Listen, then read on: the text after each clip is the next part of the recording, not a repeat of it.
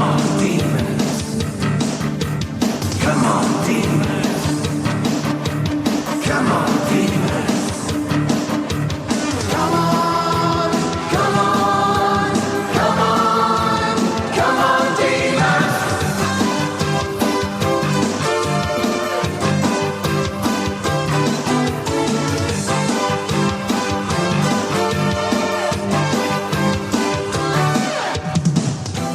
Good evening, Demon fans, and welcome back to the Demonland podcast. My name is Andy, and the Demons have made it 3 on the trot after comfortably dispatching the hapless Eagles at our home away from home, Optus Stadium.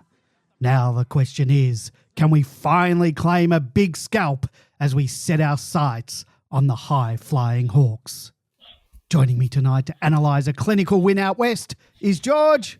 Good evening, George. Good evening, Andy. Good evening, Binman. Good evening to all our faithful listeners. Well, that was a truly emphatic win on Saturday, and the Melbourne Football Club also apparently notched up a third win as well on the same night. So wins all round. Well, it depends who you're going for there. Got the what is it, the double? The Quinella. Also joining us tonight. I got the trifecta. Sorry, Andy. Well, I'll introduce you first. This man is seems to be walking on air. He's busting to get out of the gate. It's B-Man. Good evening, B-Man. Good evening, Andy. Good evening, George. Good evening, Demonlanders. And yeah, I got the trifecta. A Labor win, Dutton loses his seat, and the mighty D's get up. But depending on who you are barring for, obviously. Well, I was very happy that the Greens lost as well. Right, that's good. Happy all round. Did I just hear Andy say he was happy? Yeah. Well, not with the football. All right. Yeah, okay. Were you happy at halftime, Andy? I think some of the no, I want to tell you the truth, only because of I was happy with the way we were playing for most of the first half. Forget those last 4 goals. I was very frustrated, obviously, but I was also frustrated with our inability to capitalise on the good footy that we were playing, which has been all year round. Has been the last couple of years has been our Achilles heel. So, and I've always said that's going to cost us games, and well, it was similar. I thought it was really similar vibe to the Tigers game because. Even though when I watched the replay, the commentators in the Tigers game weren't really noting this, but at the ground, I always felt we're in control of the Tigers game. Now, in this game, I wasn't at the ground. I didn't watch it till quite late as live, but it felt watching it, we were in total control in that first half. Until they put and I'll talk about this in a sec, they really turned the wick up with their pressure. It was really noticeable in that second. And, it really showed what happens when, that burst for about 15 minutes where they really went full pressure, made it difficult for us. And, we did pretty well conversely to hold them at that stage as well. So, yeah, it always felt like we're in control except for that sort of 10-minute burst where they turned up the wick a little bit. But yeah, super impressive second half, I thought. But it felt like they could have really got control of the game, and we're lucky that it's West Coast and we were able to get back. I don't know. I've watched the replay 2.5 times now, and one of the things that, even though their expected score was just slightly over the actual score, it's worth noting that in that run, they got some pretty spectacular goals. Hunt kicks one from the boundary with a 45-metre banana. There was another one from a young fella who marked running onto the ball, who kicked from a tight angle on the opposite side on the right, with his right foot on the wrong side for a right footer. And then I think was a Waterman who got a sort of really good goal as well. And so there was some of their goals were, and then late in the last quarter, they got one just booted off the ground. So I thought it was interesting that Gawn said, "Do you see the interview with him after the game on the ground?" I did hear about it. He asked what the score was to Schofield. And I know there's a question about Schofield. What an average commentator. It wasn't just him; it was the whole commentary team. But we'll talk about it. Totally. But there was a really interesting reveal. He asked the score and basically said that they were aiming to keep them under 75 or 75 or under. So I wonder whether that's the new benchmark. It was 60, remember, in 2021. So the 15 points is the extra for the new style of play. So if that was their goal, they only just failed to meet that goal. Mm. All right, well, we'll get more into it in a moment, but first we'll do some housekeeping each week. I do ask our loyal listeners to support the podcast by leaving us a 5-star review and a comment on Apple Podcasts, and we truly appreciate the feedback. And as a token of our gratitude, we give a well-deserved shout-out to those who do take the time to share their reviews. And Lost in Manila writes, I moved to the Philippines 6 years ago, and the only thing that keeps me sane while navigating Manila traffic is listening to the Demonland podcast, hearing the breakdown of games with insight, honesty, and just the right amount of passionate frustration helps me stay connected with home and the club that I love. Salamat, lads. Well, thank you for that great review, Lost in Manila. It's pretty damning, isn't it, that somebody comes onto this podcast to be sane. Whilst in traffic, yes. Yeah. It's a bad start barracking for Melbourne. Had quite a few expats write in lately. That's good. I really like it when we get that. So keep that coming. Keep that feedback coming and leave us a 5-star review and a comment on Apple Podcasts, and we will give you that shout out on the show. If you follow us on social media, Facebook, Instagram, Twitter, you want to leave feedback, ask a question, share a comment for the show, you can do that under our weekly podcast post or just slide into our DMs. You can also download and listen to the Demonland podcast on Apple, Google, Spotify, or any of your favorite podcasting apps. And you can also watch and listen to us on YouTube. Just search for Demonland Podcast and you'll find our channel. And don't forget to subscribe. If you want to connect with other passionate D's fans and you haven't checked out our forum, head on over to demonland.com, sign up, join in the conversation with fellow D's supporters from across Australia and around the world. I've heard from a few in the last couple of weeks. It's completely free. And in addition to posting questions and comments for the show, like we've got later, you'll find endless discussions on all things Melbourne Demons.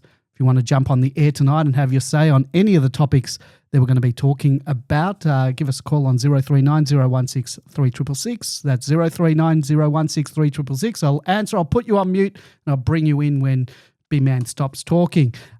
You can also call that number anytime during the week. There's a drive-by, Andy. And we'll play it out on the show. The chat room is back in action. So if you're listening live, you can come join us in the chat room, demonland.com/podcast, and be a part of the conversation in real time. We go live every Monday night at 8 p.m. So if you want to catch the show as it happens, head on over to demonland.com and tune in. And just another piece of housekeeping, later in the week, I'm going to be interviewing 𝗍𝗲𝗯𝘀𝗁, young Demon rookie star, pick number 6 in the national draft. So, look out for that later in the week. Should be exciting. That's a good get, Andy. Yeah, it is. Really happy with that one. So, hear what the young lad has to say. See what he thinks about his Demonland nickname, the Bison. Oh, yeah, I forgot about that. Yeah, I don't know whether I should ask that or not. He might not like it. At least it's not face-to-face. Don't want to get on the wrong side of the bison. No, you don't want to be run over by a bison. No, definitely not. Well, let's get into, we'll talk about 𝗍𝗲𝗯𝘀𝗁 a bit later on. Let's get into the match overview. Melbourne captain Max Gawn turned in a ruck performance for the ages to lift his side to their 3rd consecutive victory, overwhelming a brave but ultimately outclassed West Coast Eagles by 32 points on Saturday night in Perth. It was billed as an election night clash, but only one vote, we'll make that 3, really mattered, and that was the undisputed 3 votes for Gawn, who delivered a career-best outing. He amassed a staggering 35 disposals, 22 contested, 47 hitouts, 12 score involvements, 9 clearances, and finally broke his 2025 goal drought in the last quarter. Thought he was going to miss that one. His 3rd term alone, 14 disposals, 10 contested, 4 clearances, 4 marks. It was just the stuff of legends, and he ripped the contest away from the Eagles, who had remarkably led by, I think, 12 points early in the second half. And it was a turnaround born out of a midfield dominance, with the Demons finishing with a +22 clearance differential, their best return since, I I think it says here 2002, but I think it's 2022. But anyway, they established some territorial control from the outset. Yet true to form, Melbourne's wastefulness in front of goal kept the contest closer than it should have been for much of the first half. Despite winning the first 10 clearances and leading the inside 50 count 24-10 at one stage, the D's trailed by a goal at halftime after coughing up 4 late majors to an energised West Coast who capitalised on turnovers and loose defending. But the third term belonged entirely to the Demons, with Gawn's dominance giving Melbourne's engine room first use. Christian Petrarca, 29 disposals, 8 clearances, and Jack Viney, 18 disposals, 7 clearances, 10 tackles, and a goal were instrumental. And Viney also held 2024 D's tormentor Harley Reid to just 14 touches in a superb shutdown role. With Clayton Oliver rested, the D's were forced to turn to emerging midfielders and found answers. Harvey Langford, 25 disposals, 5 clearances, and Caleb Windsor, 20 touches, 5 inside 50s and a goal, stepped up with poise and dash. Kozzy Priggett brought bursts of energy at centre bounces, while Xavier Lindsay and Colton Tolstrup showed glimpses of potential. Down forward, Daniel Turner was a revelation, thrust into a key forward role following Harrison Petty's concussion. Turner provided the aerial presence Melbourne had lacked, finishing with 3 goals, all in the second half, and presenting as a genuine option moving forward. Kay Chandler, 1 goal, continued his 2025 breakout, applying relentless forward pressure and collecting 26 disposals, while Bailey Fritsch and Ed Langdon added 2 goals apiece. And still, for all the midfield and ruck dominance, Simon Goodwin will likely be frustrated by the D's inconsistent ball use and a defence that leaks some easy goals in patches. With Jake Lever still weeks away and Petty to miss at least 1 game, structural issues persist. But in a season where nothing has come easy, 3 wins on the trot and a captain at the peak of his powers will give the Demons belief heading into a pivotal clash with the Hawthorn Hawks next week. Big man, you want to get into your stats, Viles? Indeed. Just before I do, just a comment on the selection. It was I was super surprised with the selection, not bringing JVR in for one. We got that wrong, but particularly with no Casey game this week either. But more from no surprise to drop Fuller.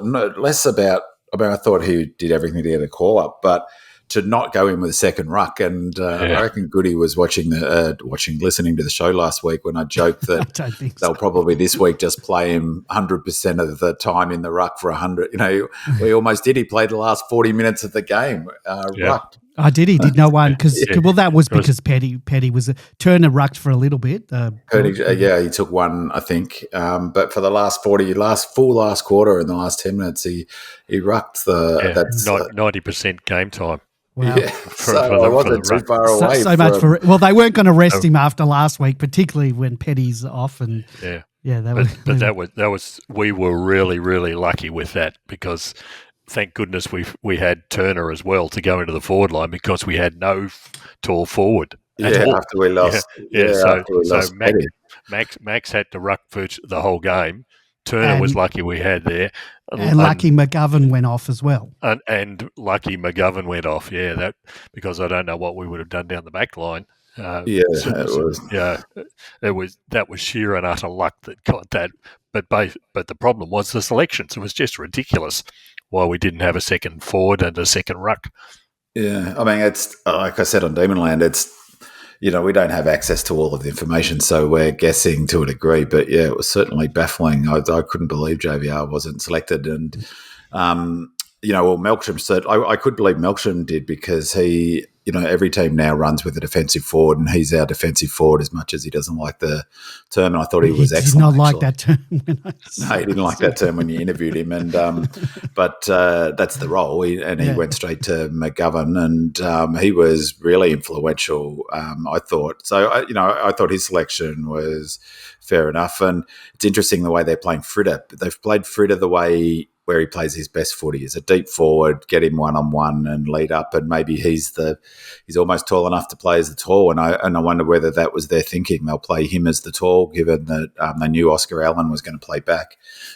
So perhaps that was where the logic was, but yeah, it certainly came as a surprise to me that JVR didn't get the call up. It'll be fascinating to see what happens this week, particularly as you say, George, they didn't have a a game. I didn't see anything on Demon. Did they have a practice game against Sandy? Someone mentioned something about a game against Sandy, but I don't know. I haven't seen any. Obviously, No, I didn't see anything on Demonland about that. Unless someone was there, but yeah. Yeah. So, curious. So, just kicking off with the player ratings and, obviously number one, but not by much. So was Max Gawn, highest rated player on the ground. In terms of it was Gawn, 24.1. Their highest rating player was 𝗟𝗟𝗀𝗁𝗀𝗁, who kicked 2 nice goals, one of them being off the ground, 21. I was really surprised in that. And their second highest was 𝗟𝗟𝗀𝗁𝗀𝗁, who had a better game than it appeared, but or at least what I thought watching the game on the replay. But so our top players were Max Gawn, unbelievable score in the third quarter, 11.1 of his 24.1 points. And any guesses for who was the second rated player? I do actually know. I think it's Daniel Turner. I could guess. Yeah. Well, I didn't guess. I saw it somewhere.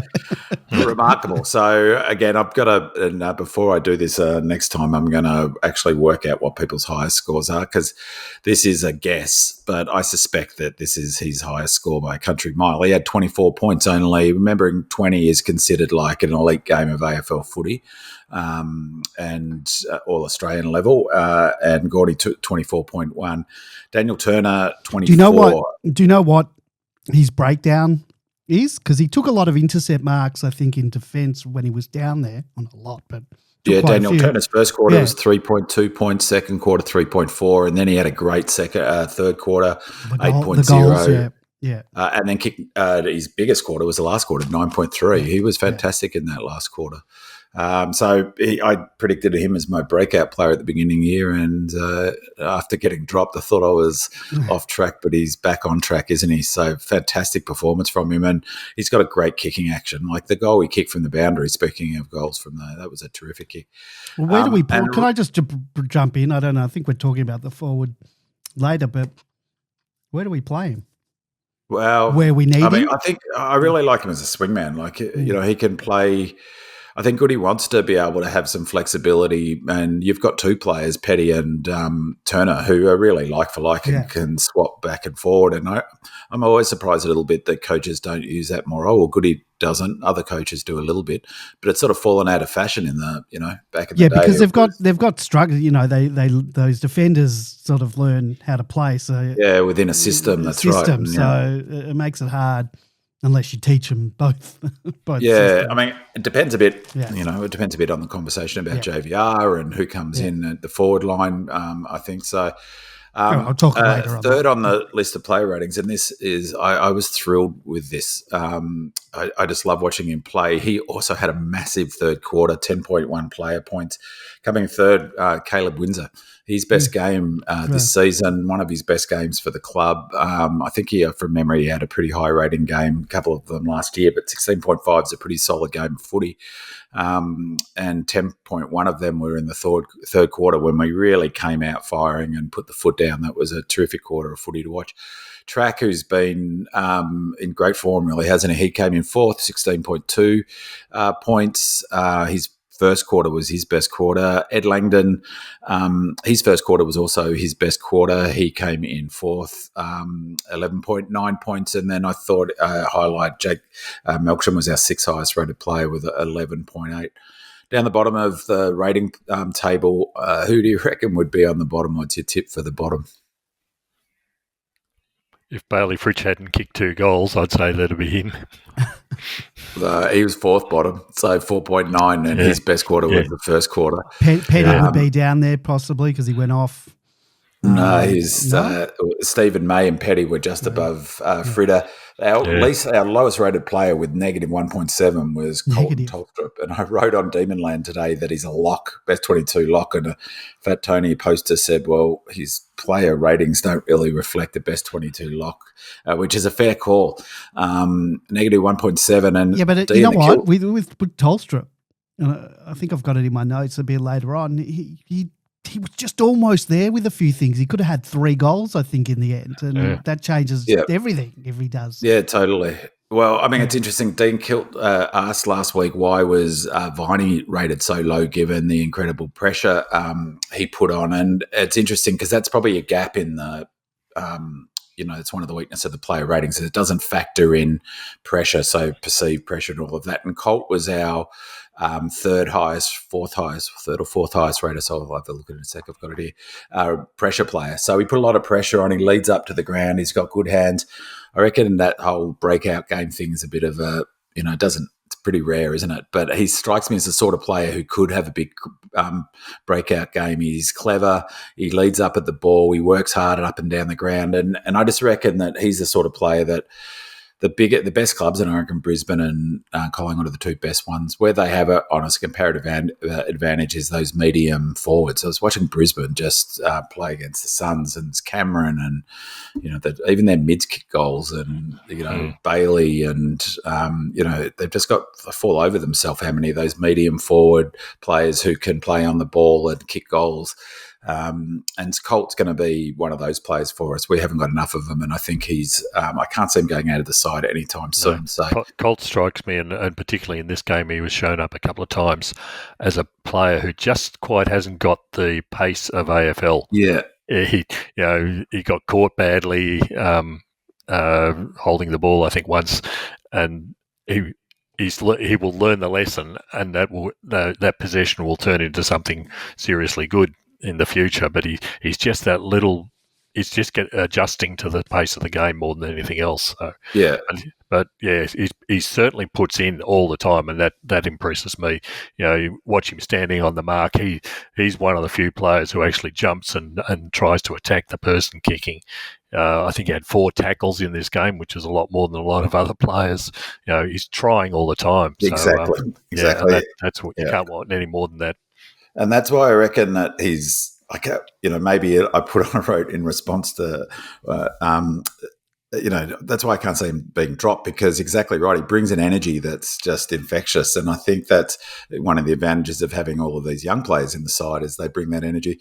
Just quickly on just above Colt on the bottom of that list of our player ratings was Tommy Sparrow and Jake Bowie, both of whom didn't have great player rating points, but I thought both of whom also put good pressure on and tackling, but it was Bowie's least effective game. So good. It was sort of a mixed bag, really. So I'm going to introduce another category of middling tonight, but good player ratings. Our top 5 player ratings was Jack 𝗦cie, our top 4, I should say. Top 6. 𝗦cie, his season average is 40, 90 and 50. Kate Chandler, another high-pressure game. He's been terrific. I know there's a question about him. Track, and I really like this, is Track, his season average was 34.8 player points, 42 pressure points in this game. And I don't know whether it was Oliver not playing or he just, maybe I'm overreading it, but he seemed like he was, I don't know, more. He showed a lot of leadership in this game, I thought, and he seemed really engaged in the game. Tolstrup was our 4th highest rated player in terms of pressure. He had 35 pressure points. His season average is 28.7. Then Spargs, Charlie Spargo, I thought had a really terrific game, and Jake Bowie. So another one was tackles inside 50, 17 to 5, so plus 12 again. I'll speak to that in a second in terms of how we look generally. So that was an excellent performance again. Goody came out a few weeks ago and said that was an area that we really want to focus on. And, it's really interesting, our game plan that's developing is there's a lag listening to the people on the commentators because they're still, I think, overemphasizing that we're a clearance team and contest and pressure, which we definitely want to be, but we're also becoming quite a strong ball movement team. We're just not taking advantage of how effective we are. And I'll speak to some of those aggregate things in a sec. The fourth quarter was good. I thought it was terrific.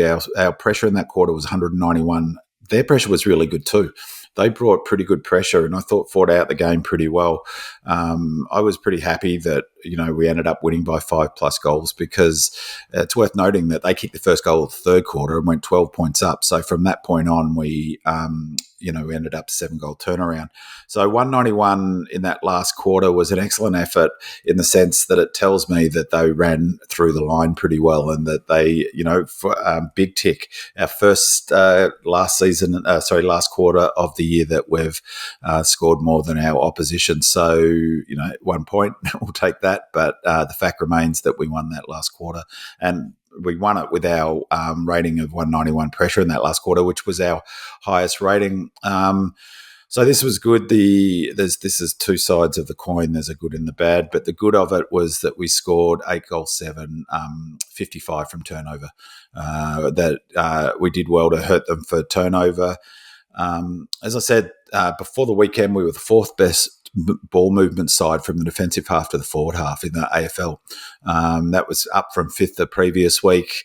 And I think that's really demonstrating that something that's, that's important for us to consider about what Goody's trying to do. He's really radically trying to, over last season and this season, changing the way we play from a forward half, get it into the forward half, trap it in, which still all clubs want to do to an extent, but a much better ball movement side. 4th best ball movement side, defensive half. In this game, defensive half, when we got possession in our back half to forward 50, 38.5% of the time we got it into our forward half. That was 11% more than them. So, again, we had a good ball movement game, and that was a bit the frustration in that first half, Andy, as you noted, not being able to turn that into scores, which has been our problem. Defensive half to score percentage, 17.3% of the time we get a chain out of the back half, defensive half being the centre line back to the opponent's goal. 17% we scored. I'm quite sure what the AFL average is, but it was 6.5% more than they did. It's worth noting too that not only were the fourth best ball movement in the AFL at the moment, that we're also, as I said, starting to bring up our clearance game as well, which those numbers for me aren't as impressive as what they kept on banging about on the coverage. But we'll talk about that in a sec. It's not about the number of clearances you get, it's about the scores and what you do with them, although territory is important with clearances. We scored 47 points in the third quarter. That was our highest scoring quarter since the start of 2022 season. So that's three and a bit seasons. That's our highest scoring quarter. That really surprised me when I saw that.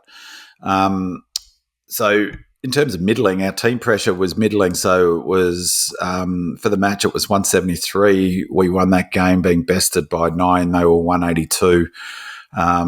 It was impressive that we could dial it up to 191, but we're only 156 in that second quarter for a differential of 48 in that quarter. Their pressure was 204 in that quarter. In the second quarter, it gassed them. They could only come out and do 162, and we were plus 17 in the third quarter, plus 6 in the last. So we're plus 23 for the second half, and of course that's when we did the damage on the scoreboard. Goody would have been furious with minus 48 pressure in that second quarter, and it let them back into the game. That was really evident watching on the television.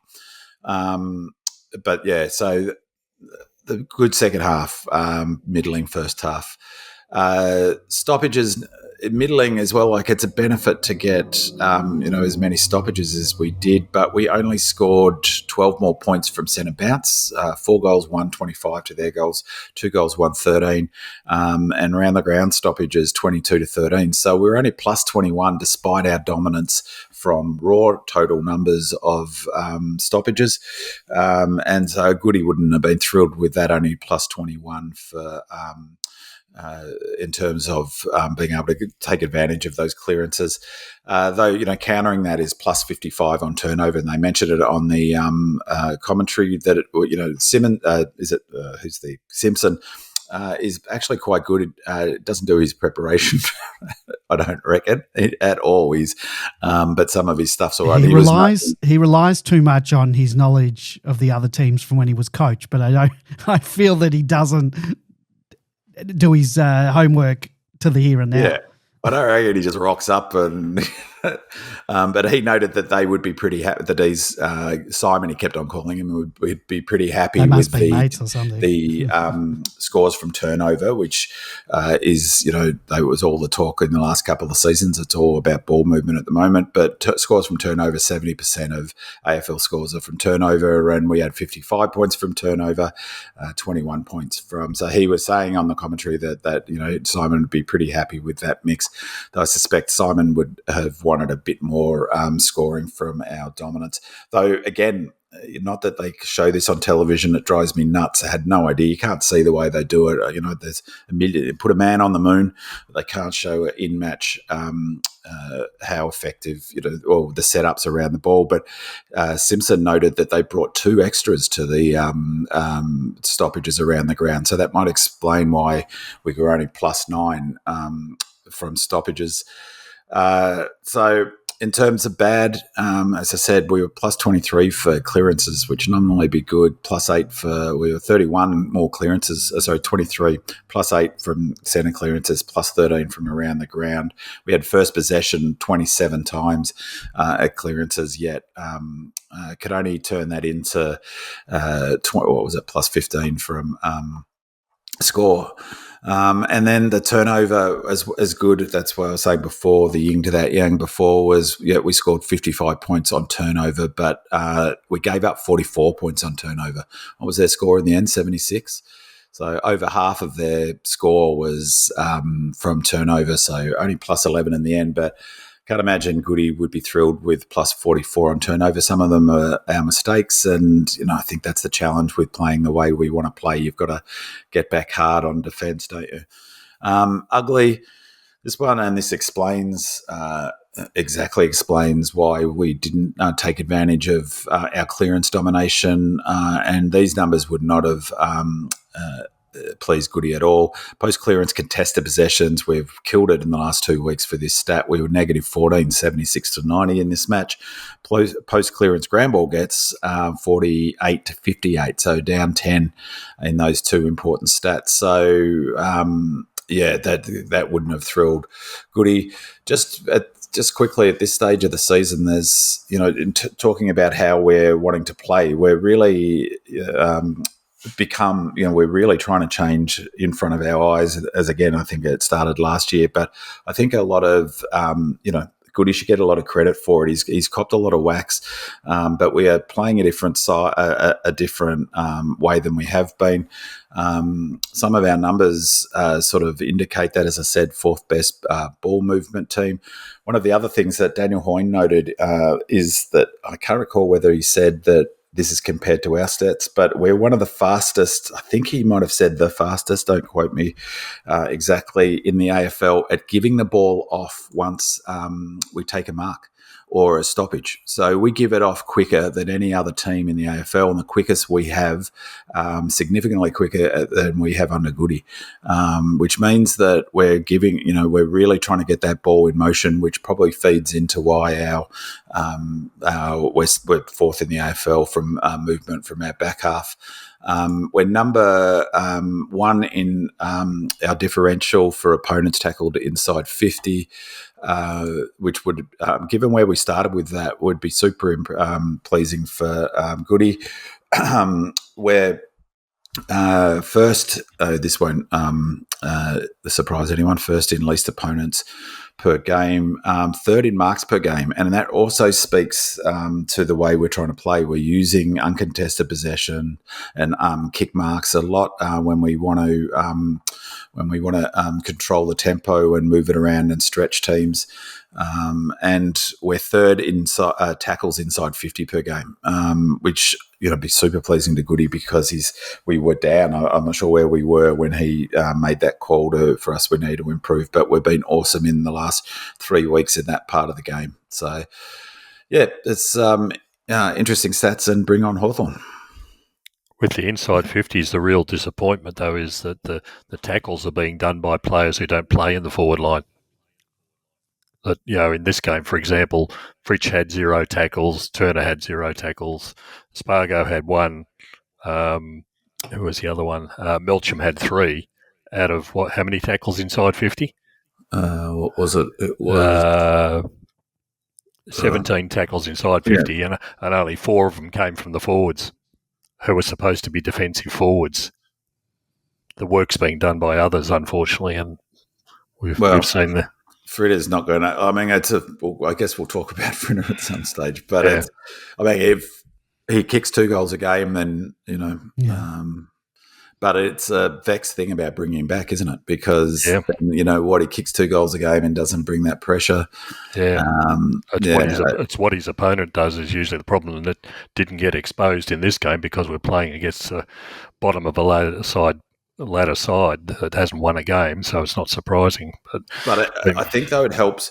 Look, I personally think they want to play him high half forward. He plays his best footy at full forward. Maybe that's where they'll play him. And then the opponent's at least not able to run off him in the same way. Or, but he it was good to see him take those 2. He took 3 contested marks inside 50. He was the leading contested mark taker on the ground. So. It'd be interesting. I think Goody wants him in the side. I think we're fairly clear on that. He's definitely one of his favourites, but he's not producing what he should be producing if we're serious about contending any time. Yeah, it'll be interesting this week, won't it? I can't see him being dropped. I mean, I was wrong last week, so I'm not gonna call him dropped this week after 2 goals. I doubt it. Right. Go on, George. If Binman's calling, he's not going to be dropped. That's the best, best possibility, isn't it? Yeah, he might have to buy his train ticket to casey this week. Casey playing this week? Well, they have to be 2 buys in a row. I don't think so. But you never know with his VFL. All right, let's get into our listener questions. Max Gawn is the first one. We're going to talk about Dutch Demons ask, is it possible to clone Max Gawn? And Lazy says, we need to savour every game Max plays from now until he eventually hangs up the boots. Recency bias can be tricky, but where do you rank Max in Melbourne's history? Is there a realistic argument for him being the greatest D of all time, or is it top 3 more appropriate? For me, it's top 3. Barras has the glittering achievements. Flower was obviously the best in bad teams. Max is somewhere in the middle. Supreme Demon says Max Gawn needs to be in the conversation as one of the greatest Demon players ever, doesn't he? He was totally dominant against West Coast, and Spirited Norm Smith says, Max Gawn, our legend, our hero, our leader, what a champion. And yes, what a champion he is. I reeled off his record-breaking stats in the match overview, but this game was so nice that I'm going to reel them off twice. He amassed a staggering 35 disposals, 22 contested, 47 hit-outs, 12 score involvements, 9 clearances, and kicked that goal. Broke his drought for the year. Incredible third term, the 14 disposals, 10 contested, 4 clearances, 4 marks. Just an incredible game and a ruck masterclass. George, what did you think of Max's game? And I'm not sure you're qualified to answer this, but is it possible to clone him? I actually have the answer to that. He's already been cloned. George is on the way. Not this George, but his son George. All we've got to do is wait for 15 years or so until George is available for selection. So we have two options at that point. Either Max plays for another 15 years.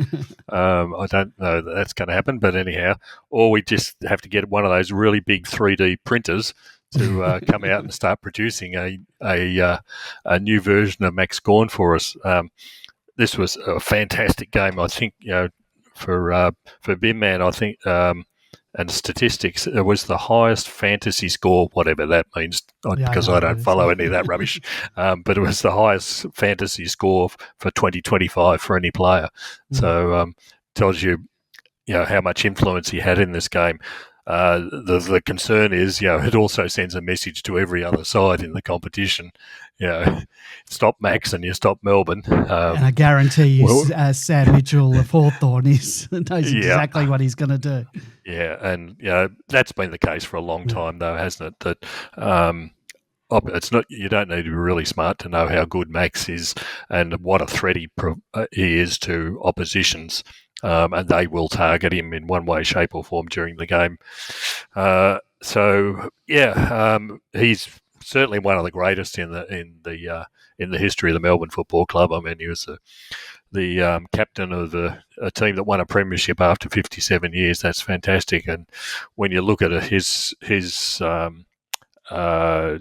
record over that period of time has just been superb. When you go back to the early days of Max, the gangly kid that he was, and the stories of the Max Gawn yawn over 𝗟𝗶𝘀𝘁𝗲 in years gone by. He's come a long way from that. And the other thing to remember is, when he stands amongst the greats for the Melbourne Football Club, Jimmy Stein's the other great ruckman we had. Is he as good as Jimmy? I think he's getting to the point where he's actually a bit better than Jimmy, and Jimmy's got a statue outside the MCG. So we might need to get the bronze out and start melting it down to prepare for one for Max. Yeah, for me, Robbie Flower is in a category by himself, so I'm not even going to, he's a standalone. I didn't see 𝗟𝗏𝘀𝘁𝗁 play, so I can't comment on actually seeing him, so I can only go by what people say about 𝗟𝗏𝘀𝘁. But in terms of players that I have seen, he's the best Melbourne player I've seen. He's the most influential. I've said this for the last 4 or 5 years, so that's ever since I've been on the pod, is that there's no one in the whole time I barrack for Melbourne who is more important on any given day to whether we win or lose. I would argue he's probably the most influential player in the AFL in terms of, if you took him out of our side, how, I don't think maybe Nick Dacos at Collingwood, I don't I can't think of anyone, if you took a single player out of any side, that would have the same impact if you took him out of our side.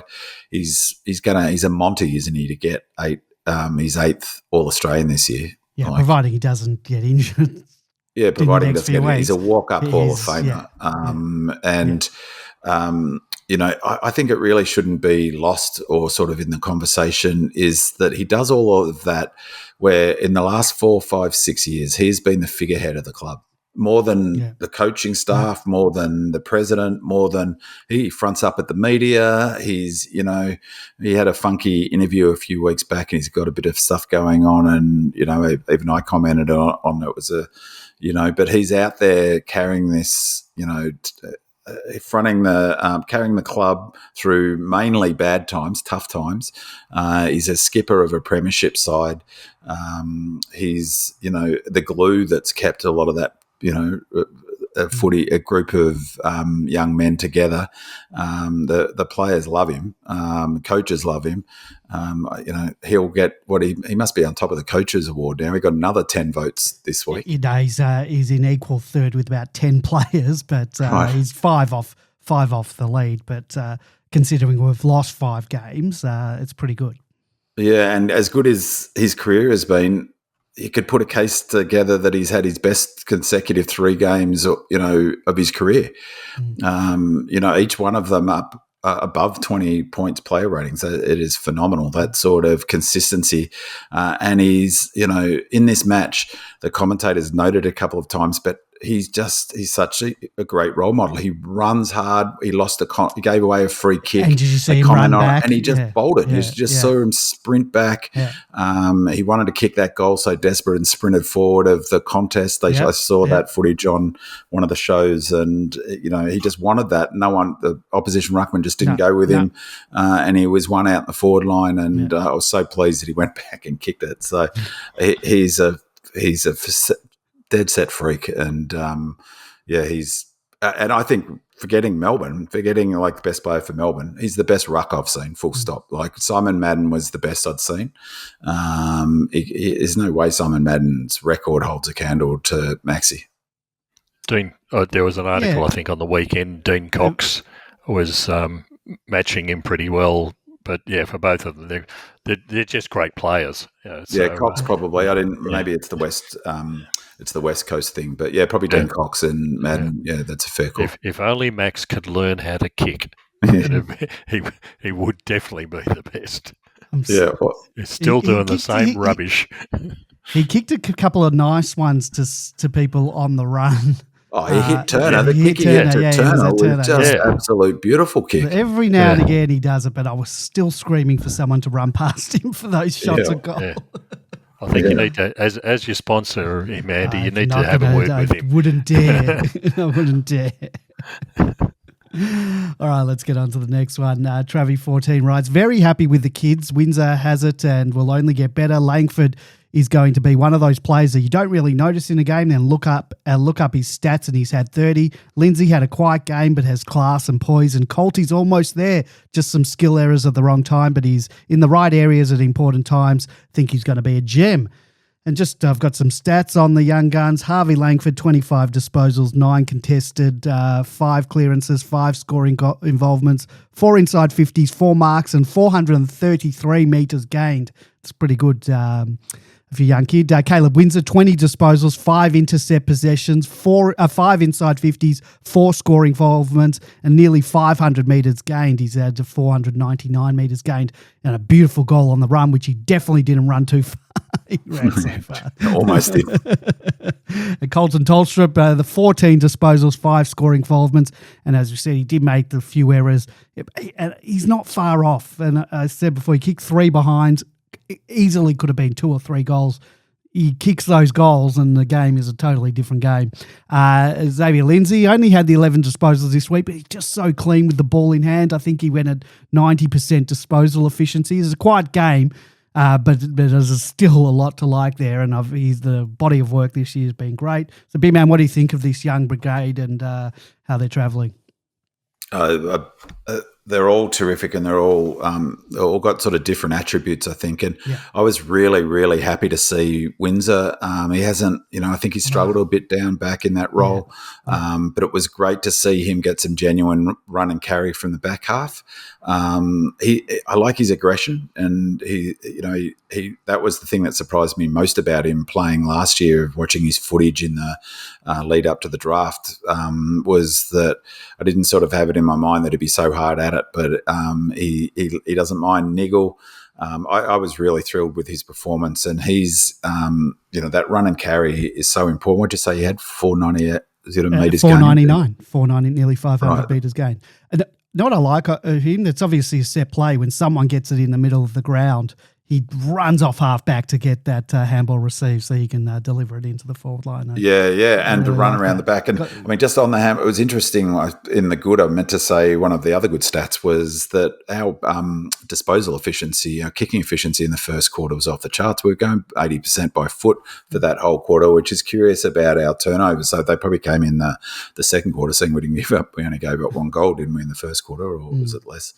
So our kicking skills were good. In that third quarter, our long handballs were so noticeable, weren't they? The way they were looking to handball, if in any doubt, handball it forward, which is sort of a bit like a sort of 2025 version of kick it long, dump it long, and just handball long and get it forward. So at least the opposition can't intercept mark a handball, obviously. So Windsor I was thrilled with Windsor's performance. Lindsay, I've got so much time for him. He's got so much time with ball in hand. I just feel calm. A sense of calmness comes over me when he kicks. I just feel like he's just not going to miss targets. He slows down before he does it, doesn't rush his disposals. He had a couple of great one-on-one defensive wins where he's really quite clever with the way he holds himself. He uses his that space on the left side as a lefty really well. In terms of Langford, I just think I'll be really interested in your interview with him. He's super competitive. He was in the grill of one of the players who ran through, maybe it was a player who clipped Vine, I can't remember, but he was quite aggressive. No, maybe it was Gibney he was into. One of the things I really like about him is that he looks slow, but he makes really quick decisions, and he makes good decisions. And he's a sort of player that looks a bit slow. Maybe that's just he's big and a bit lumbering.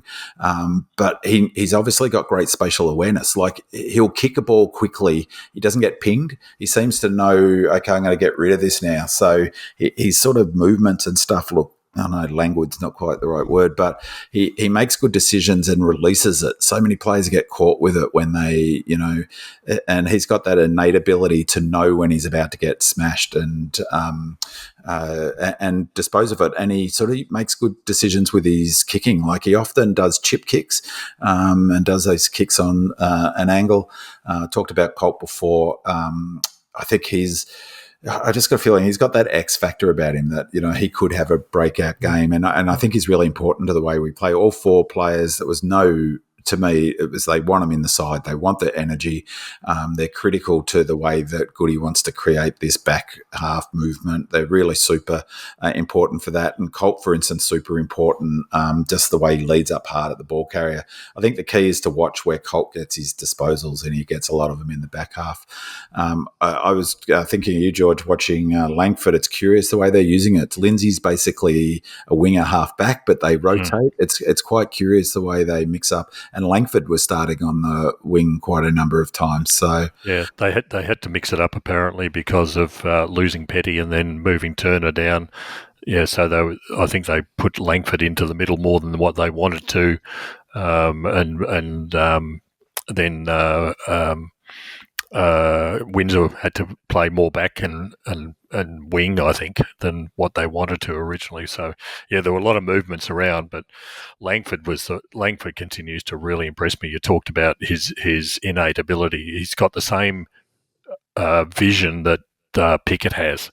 yeah, He knows where the ball is going before he gets it, and so when he delivers it, he might look slow in the sense, but he's already worked out where it's going, and he is a beautiful kick. The number of times he's for a kid who's 19, he's under extreme pressure, particularly when you're playing in the midfield or around the ground in the contested stuff. He hits his targets all the time. He is just amazing. He's at the same age, I think he's better than a couple of the other players, the Petrarcas and the Olivers that we've got in the midfield. At the same age, I think he's got more upside particularly because of his kicking ability, but also that vision, that ability just to know where the ball's going to be and where it's going before I even get into this. Yeah, I reckon that's so critical, and it's also he's got different types of kicking. He's got he can kick long when he hooks around on his left foot, but he also does, and I think maybe it's the younger players who have come up in junior footy playing in zones and having to kick over the top. He's got that ability to weight the ball into a spot where it goes sort of high, dinks it high, and uses it really well. Trying to remember who he kicked it to. He set up a pass. It was just a beautiful sort of lateral kick. And, that's what we've really lacked, those players who can kick on the angle and hit targets. But you're spot on, George. It's that's probably what it is. That sort of not so much fast thinking when he's got it. He's already thought about where it's going to go before he's got it. And so when it happens, it looks a little bit, I don't know, it doesn't look as smooth as, say, Lindsay. Lindsay looks like he's got time, and but it's right. That's a really good sort of way of thinking about it. He already knows where it's going to go. It's just a matter of executing it. I think, and he's such a big boy. He's a big lad, so he's going to get bigger and stronger. I haven't played him forward much yet, so I'll be curious to see whether that string comes to his bow at some stage. But I think they're the future. I'd add McVie into that. Like, he's a little bit older, but he's really critical. And I think the importance is those young players playing together and playing in the same team. This is really the second time that they've played in the same team. So I think, apart from anything else, they also, not so much Lindsay, I guess, because he looks already like an older player, but they bring an energy, don't they, and a spark. And it's really exciting. And I think he played his card early in the season, Goody, by debuting five new players, and obviously he wants to bring them in. I'm not so worried about this young brigade in terms of our midfielders and those smaller, medium-sized players. It's our younger brigade of key position players in terms of when we're talking about the future. That's sort of if I have any concerns about us in 5 years' time, that's where it is at the moment. Also on here, you had 25 disposals, Langford, from 78% time on ground. And you have Rivers had the same amount with 83, and Petrarca had 4 more disposals with 83 minutes. When he starts playing, those bigger minutes, 85% of time on ground, watch out. We're going to see high numbers. And once another couple of pre-seasons, he's going to be beast. He's going to be like a big version of Bontempelli. Mandalorian says, early in the 2023 season, 𝗟𝗂 Chandler was winning praise for his career best form, regularly hitting the scoreboard as a dangerous small forward. In 2025, he's gone to another level in a new high half-forward role. This week, he racked up a career-high 26 disposals, and he's averaging 3 more touches per game than last year. With the loss of Nibbler, we've desperately needed someone to fill that high work rate, two-way role, pushing hard defensively up the field and still being able to work back to provide that pressure in the forward half and also hit the scoreboard. I'm absolutely loving what 2025 𝗟𝗂 Chandler is bringing. And Supreme Demon asks, what are your thoughts on 𝗟𝗂 Chandler's games? I thought 𝗟𝗂 was excellent and really had an impact. He's playing consistent football. Spirit of Norm Smith says 𝗟𝗂's desire, run and carry and goal sense are fantastic. He's filled that high half forward role left by Nibbler and is in career best form. So Chandler, as I said, 26 disposals, 8 tackles, 7 score involvements, a goal. Should have had 2 or 3. I think he sprayed one completely and then also missed one that he probably should have gone. And he had 567 metres gained, easily the most improved player on our list this year, I think. B-Man, your thoughts on Chin's game and his year to date? He's been our best player this season, just about in terms of consistency. I think probably him and 𝗟𝗀𝘀, and he had a better game than 𝗟𝗀𝘀. So I could not be more impressed with 𝗟𝗂 Chandler. He was great last year, I thought. Like I said, I think we need 2 or 3 more of those sorts of high half forward, medium forward runners who can kick goals. They're so critical in footy to get up and down the ground. But he's our best at the moment. I talked about this 2 or 3 weeks ago, maybe 4 weeks ago, is that, there was talk at the time that it was a decision between him and Bedford, which to me now feels like a mistake. We should have kept them both because Bedford's we need 2 more Bedfords. But, there was a feeling there for a little while, I think, amongst Demon fans that if that was the case, I don't know if it's ever so, binary as that, but that we pulled the wrong rein. I don't think many people would think that now, that we pulled the wrong rein on Chandler over Bedford because his work rate's elite. He's generally kicking for goals, except for that one, which was real pretty because it was a beautiful bit of play that set that goal, that set that scoring opportunity up. Is elite. I think that the thing that I really like about him is his leadership. He doesn't leave anything out there, and he's you can just see live at the footy when you watch him a little bit how hard he works up and down the ground in contest, and he's got enough of the X factor to be able to kick goals. I know you like those small forwards kicking goals, Andy, and you would have been thrilled with that bit of play that he did. That goal he kicked was. Yeah. He said a lot about him because he worked hard, like the way he plays. He worked hard to get to that contest. He read the ball best. Then he used his skill to get, to jink and to get round 2 players tight on the boundary line. But the thing that really impressed me and showed me, not only has he got the sort of all the skills and the effort and the application, but he's also got a pretty high level skill set and footy IQ, was the way he finished that. He ran he's slightly jinked out. He had to kick on his right foot. But there was a West Coast player on the line and he had to kick on the right foot above him. So he kicked high. That's a lot of computational power in a split second, isn't it? And it was really important timing of that goal. So, he's been fantastic this season. And I know that I was a bit confused this year about a leadership group I've heard or read, or we've got it like a micro leadership group and then a secondary one or some such. Yeah. Is he in the second one? I'm not sure whether in any official titles, but I've unofficially heard that he is a real leader at the club and that he'll be in that leadership group, but I haven't seen anything official. They didn't have any of those pictures of, this is the leadership group this year. So I don't think anything's been announced. Officially, but I've heard unofficially he is a leader at the club.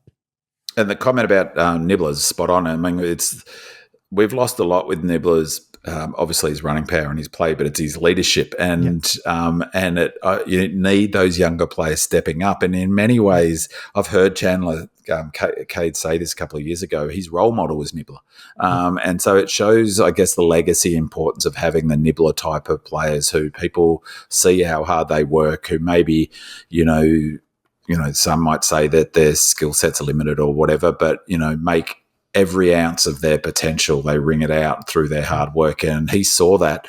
And I think he's replicated that effort level, and him and Bowie have been our two most consistent players this season, and super important player to us, Kate.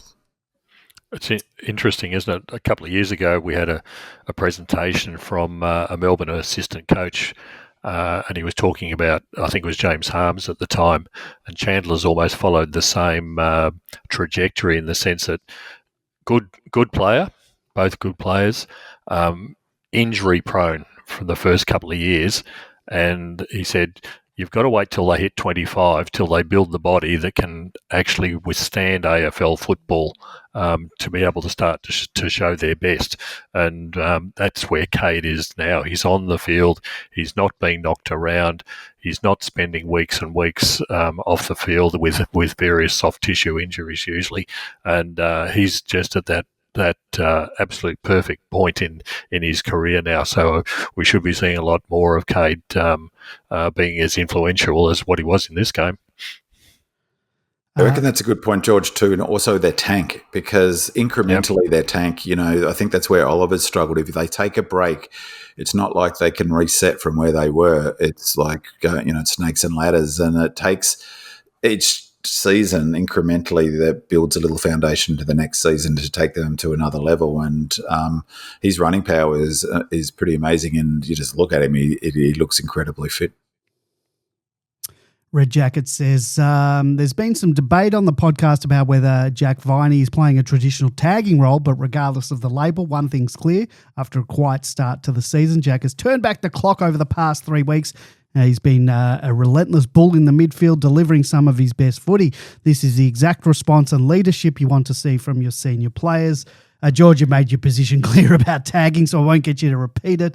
Nevertheless, Jack has had a massive 3 weeks. It's great to see him bounce back after a bit of a slow start to the season. He wasn't the only one, that's for sure. How'd you see his game this week in the last couple of weeks? Another fantastic gutsy effort from Jack. It's not the limitation on the other player. I mean, Harley Reid, quite honestly, hasn't played it well this season at all. There's all sorts of speculation about what's going on with Harley Reid. But more importantly, Jack Viney was playing Jack Viney at his best. It's 10 tackles, 18 disposals, just grunt work all the time. That's what we want out of Jack. He's amazing. His resilience in the game for the number of hits he takes, including the one he took in this game, the number of hits that he takes in a game, and he just gets up and keeps on going. Yeah. That's leadership by example, and it's exactly what we want out of Jack. He's changed the way he exits from the middle. He's starting to think more about his delivery into the forward line in particular. It used to just be get on the boot, bang, hope for the best, because he's not the best kick in the club by any stretch, but he seems to be more deliberate about what he's using, looking for other options rather than just getting it out there. But yeah, it's nice when you got someone as tough. I think what was the description from Red Jacket, a relentless bull. Yeah, relentless bull in the midfield. That's a pretty good description. Yeah, as opposed to a relentless bullshitter, as I've been accused of. I think tagging or no tagging, we talked about this last week, I think, is give him a job. I reckon that Goody said exactly that. He works well within a framework, and that's coincided with his best footy. In his end years of his career, I think that's a good way to play him while he can still keep up, and he obviously can. Yeah, I reckon. And it's interesting they say about that sort of, like, he's not the best kicker. It's and again, this is anecdotal. It might not be backed up by the data, but anecdotally, it feels like he's being used a lot more as the handball release player. And so he's getting the ball on the move and out a bit, like a bit more of an outside. Yes, he's an inside bull and he'll tackle hard, but he seems to get a lot of those wraparound quick handballs that release him, particularly out of the centre. And some of our centre work looked fantastic in this game, didn't it? When it clicks, it really looks good. one of the ones that Maxi set up. We got 2 goals within about a minute. That deft handball handball that Simpson noted from to track. Beautiful. That handball, the next handball from memory was to 𝗦cie, and that releasing into the forward line. And so, he's terrific, and he gave. When 𝗦cie has time and space, and you don't always get that in football, but if he gets that release, his disposal is actually pretty good if he's got time to think about it. And he's just got depth on his kick, has he? He just hasn't got that. But speaking of Reid, he gave Reid a total lesson, and I like, we owed him. If I was an Eagles fan, I'd be ropeable with it. Like, he looks totally not in AFL condition. He's been the same the whole season. He's been right out of it. And I see Matthew Lloyd made similar sort of comments today about is that because he needs to get out. And I think he probably wants to get out. Well, I can't stand that. It just drives me nuts. Is like, get out on the high. Don't get out like Judd. You want to get out. Go and play your very best footy. It's a bit like Horn Francis is to get out on your own terms. It just his head's all over the place. But I love that Goodwin sent 𝗦cie to him. And again on Reid, he's probably expected to do everything. Unfortunately for the whole, they are in such poor condition as a club with their players. That they really don't have too many other players in that side that you'd be really pleased to have in your side. Waterman. I'd take Waterman in a second. I was thinking during the game. I was saying you could have been playing. I was thinking you could have been playing for us this. But they're pretty slim pickings, and the rest of the side. It's a good reason why they're 8-0. Yes. Okay. Travi14 says, what are your thoughts on our forward setup? I've never believed that Fritsch and Melksham work well together in the same forward line, and I still think that's true. While neither really deserves to be dropped based on earlier form, I think Fritsch should make way. I also think we need 2 tall targets. Playing just one makes us too predictable going forward. And Dark Horse adds, Fritter isn't doing enough off the ball. There were several moments where he could have laid a shepherd to help a teammate take a shot, but instead he peeled off, hoping for the handball receive. His habits haven't changed. Is the coaching group just letting it slide? If JVR has his touch back, he'd be a better inclusion, especially with our forward line lacking height. And he also, Dark Horse 72 also says, how important has Melksham become at receiving across the 50 and delivering with advantage to our forwards? A D. Old Fart asks, with Petty out, do you think JVR or AJ comes in to replace him, or maybe both if Disco goes back? And Spirit of North Smith also asks, if Petty doesn't get up, who comes in? Is there a case for both JVR and AJ? Supreme Demon says, I was impressed with Disco Turner's 3-goal game. Should we persist with him up forward or shift him back to defence? Beardman, and it's another week, another forward line setup question. We get them every week. How'd you see 2 years. So I got a couple of things here. How do you see the games of Fritter, Melksham, Turner? You've mentioned some of them already. And Turner once he moved forward. And I know we're not in the changes segment yet, but does JVR come back in this week if Petty is out with concussion, which I probably is? Well, it's a bit of, it's that old question about what do we think Goody will do as opposed to what would I do if I was Goody. Well, what would you do? If I was Goody, Fritter wouldn't have been in the side 2 weeks ago. It's pretty hard to drop him now. Goody, one thing he's been consistent on, he doesn't like making changes to teams that win. Personally, I think if they're going to play Fritter, then that's where they play him. Like, they play him as a deep full forward whose job is to kick a couple of goals a game and take marks. You either got to accept he's like, it seemed to me that he was dropped for lack of pressure. He hasn't put enough pressure on. I wouldn't have thought if that was the KPI. Like, they were playing him at sort of half-forward flank, and ideally then he's kicking inside 50. It seems to me that position's a bust for him. So if he is going to play, it's in that role, which means that Jefferson doesn't play. Jefferson doesn't have a spot. That's his spot. So for me, it's Fritter or Jefferson. JVR, similar. JVR could go down there. So, if that's the only spot Fritter plays, that means that he limits JVR's potential to come back in the side, and definitely Jefferson. Or Jefferson's probably a couple of cabs behind, which is really unfortunate for him, seeing he was out because of injury. if I would have dropped Fritter 2 weeks ago, it's pretty tough to drop him now. He's kicked 2 goals in both of the last 2 matches, hasn't he?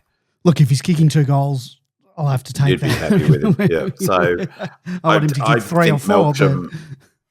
Sorry, Andy. I think Melsham, he was terrific in this game.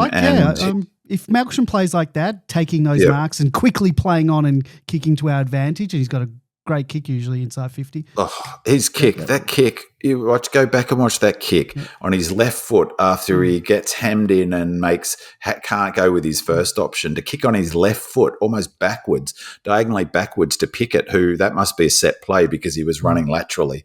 He couldn't have. It was brilliant vision. 2, to execute on his left foot. Yeah. His kicking is elite, and I think that it's it's so important in footy these days to have players who can regularly hit high-risk targets. He missed that kick to you remember, he kicked it on his left. If he misses that to Cos, puts it back in the corridor, that's where you get killed on turnovers from the back half. You miss that kick, you're basically inviting the opposition to take it end to end. So I thought he was fantastic. And as I said before, you need players who can go to the opposition's best intercepting defender. Well, he's going to play. I reckon Fritter can play that role. He's not disciplined to play enough of the intercepting. Melksham will probably do that with Sicily this week. Yeah, exactly. And so I mean, as for Turner, I said before, I think Goody likes the swingman. I like Turner up forward. I thought it'd break out. I like Petty up forward. They can basically wax, I think. It's really about whether they go with 2 talls. This week, as I said, I was really surprised that they didn't bring in JVR. Can you have JVR in the same team as AJ? Well, not with Fritter in the team, I don't reckon. So it's a bit of someone's got to come out of that mix. One thing I would say about that sort of not such a big forward line is that it helps with our challenge with our leg speed. I thought, our leg speed looked... maybe it was because Oliver, that was the other big out this week, wasn't it? Not having Clary, but he's not. We look quicker in the midfield without Clary, I have to say. Not a direct criticism on Clary, I suppose, but we did look a bit quicker in the midfield. Same deal for me with Fritchen. He's not a super quick player either, but Petty and Turner, I think, are pretty much the same sort of players. So you have one of them up forward. Can AJ play in the same side as at JVR? Only if Fritter comes out, I think. I think the real concern for the forwards again this week, and we've talked about this for the last 2 years at least, is the conversion rates. That given the opportunities that we had in this game, against the bottom of the ladder side, who had lost their major backman in McGovern, it's hard firstly to say that we did really well in certain areas, given that there was virtually zero opposition in certain cases. So it's really hard to judge. But I'm still in the boat that Fritter needs to show a lot more, because JVR in particular will do a lot more in the forward line than what Fritter will. And I'd be having AJ in simply to put a second ruck into the side, if nothing else, or we finish up going back into the old JVR into the ruck story again. So I think there's more upside with an AJ and JVR combination than having Fritsch in there. Turner was fantastic, but I think he'll have to finish up in the back line again. He's a really we were really fortunate to have him in this game to kick the goals, because others were not really doing a great job of it, quite frankly. And he took a nice contested mark, I thought. The Chandler, the one that he sort of set that goal up to Chandler. He pushed Allen fair square in the back, I thought. And weren't the commentators filthy at that? Yes, the West Coast fans. I mean, commentators. All right. Wells 11 writes, yes, we finally won a last quarter, but not convincingly. Are we just not fit enough, or are we carrying too many players who for various reasons aren't at full conditioning, like Colt returning from a long injury, first-year players like Lindsay and Langford, or Track and Clary coming from a long way back? At the heart of it, we are not... were we not trained properly in 2025, or are these setbacks just unavoidable? So, George, like the forward line, make these questions coming up every week, the last quarter fade-outs and fitness questions. We did finally win that last quarter, not convincingly. I don't think we can tell about the fitness regime. Yeah. And again, given the opposition, it's really hard to draw any conclusions about that. This week's the concern for me wasn't so much that we won the last quarter, but we allowed them to kick 5 goals. They were pretty ordinary, which is the second week in a row where we've allowed the opposition in for whatever reason. It's put the queue in the rack, you might say, for last week. But West Coast are a pretty ordinary side, and we still allowed them to kick 5 goals in that last quarter. So we will get a really, really good indication against Hawthorn this week about whether we're fit or not. And they will punish us for any mistakes. Yeah. They are very, very good at that. Yeah. And we'll talk more about that later. Big man, anything to add on fitness the last quarter?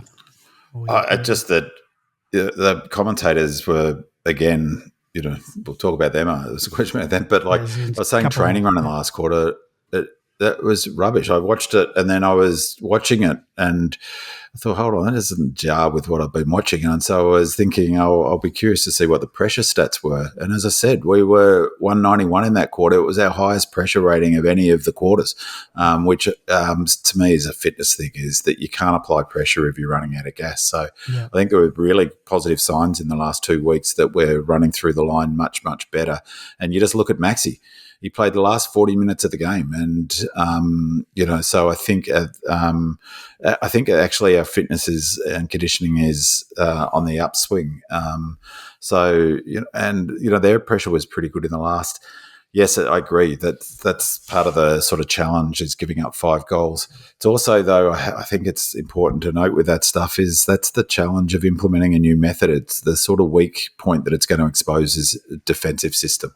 So you can play aggressive coming forward. You're going to turn it over. You're exposing your backline, and even probably arguably the best sort of defence combination of ball movement is the Pies at the moment, and they got opened up exactly the same they gave up easy goals against the Cats. It's a bit, that we want. Fans want us to play fast. They want us to transition ball from the back half. You're going to give up goals the other way. It's just absolutely. Let's get this. We've got a question right now about that defensive transition and ball movement. Dark Horse 72 asks, are we developing the ability to slingshot out of defence? The run and movement are there, and we're seeing handball chains building, but sometimes we move too slowly, resulting in contested entries. So, big man, how do you rate the ball movement this week? Are you seeing genuine improvement in that area, and what concerns, if any, are still lingering? Well, as I said, so I think sometimes with that, that's a sort of useful things about data and stats to be able to marry out to what your feelings like, because that style of moving it too slowly, Melbourne have been criticised that for the last 2 or 3 years, but it doesn't hold true this year. As I said, we're the 4th best, maybe even more now. That was before this weekend. The 4th best team at moving the ball from the back half to the front half, and we're as quicker than we've ever been in the AFL under Goody, and I think this either the quickest or up in the top 3 from playing on. So we are simply not at the moment holding it up very often. So maybe it feels that way, a bit hungover from previous years, or that when you see it, that confirmation bias of go quick, we're a slow team. The data says, in fact, we're one of the quickest, if not the quickest team at releasing the ball or playing on from a mark or a free kick. And that connects up with the handballs. We're using forward handballs and handball chains a lot more than other teams. We're trying to... Goody's been doing that. Remember, I talked about it last year. We were trialling that in the preseason last year, those long forward handballs. Maybe it's one of those things that just takes time to get in place, but it's a really noticeable way, a method, part of our method. And it was totally noticeable in that third quarter. And I think, as I said, it shouldn't lose sight of the fact that it was our highest scorer. I couldn't believe that stat. Highest scoring single quarter since the beginning of the 22 season. I wouldn't I wouldn't have guessed that 47 points is our highest score. So, when it works really well. It does expose our back half. That's my worry a little bit, is our sort of back half. It's great to have McVie back in. He's got good wheels. Good that he gets another game under his belt.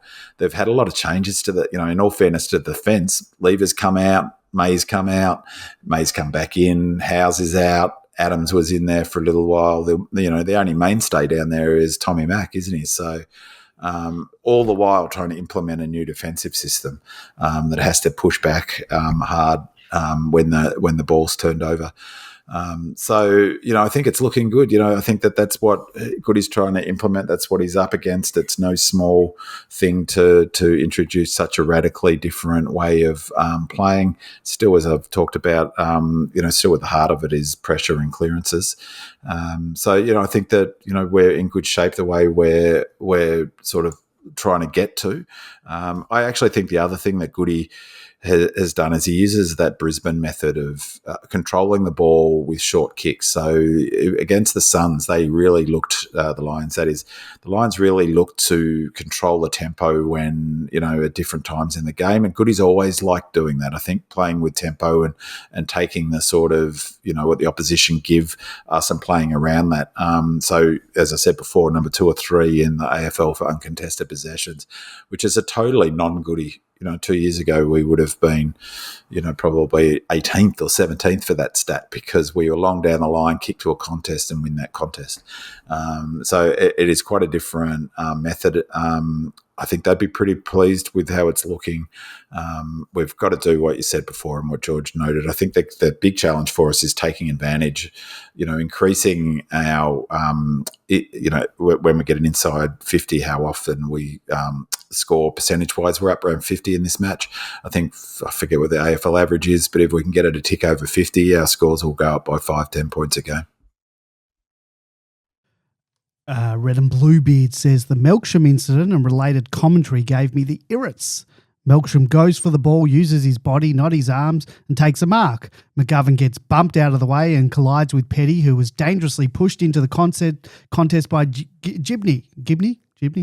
But the West Coast Parrots, who passed for commentators, reckon 𝗟𝗀𝘀𝗁𝘀𝗁 could be suspended. I was pleasantly surprised that Goody defended 𝗟𝗀𝘀𝗁𝘀𝗁 in the presser and stated that he thought it was a mark to 𝗟𝗀𝘀𝗁 and not even a free kick, and that the reason for the Petty's concussion needed to be equally scrutinised. What are your thoughts? And don't get me started on the high contact free and 50 to 𝗨, which led to a goal. Surely this is at least as worthy of discussion. But of course, it was a Melbourne player on the receiving end, so crickets. Spirit of Norm Smith says the Schofield commentary on 𝗟𝗀𝘀𝗁 was infuriating. I've seen guys get weeks for less. Totally overreach. The bias commentary in general was hard to take. I think it's unfortunate that for any interstate games that we're going to play that isn't the match of the day or night, especially the one that clashes with a top of the table match like the Geelong Collingwood game, it's we're going to get that biased commentary of whatever state we're playing in, and probably more so in Perth. And just in regards to the 𝗟𝗀𝘀𝗁𝘀𝗁 incident, which he did not thankfully get suspended for. The commentators really acted as judge, jury and executioner on the spot with that one. And conversely, when that first game of Polak's Jack Viney, they made every excuse under the sun to give the young kid a pass, like by saying, oh, look how bad he feels. He didn't know what to do. He tried to pull out of it. Anyway, George, thoughts on the commentary in general for these interstate games and on Saturday night? Can't add much more than that. It does infuriate me that it's not only Schofield when Eagles are playing. It's the same when you've got Hodge commentating on Hawthorn games and Richo against Richmond.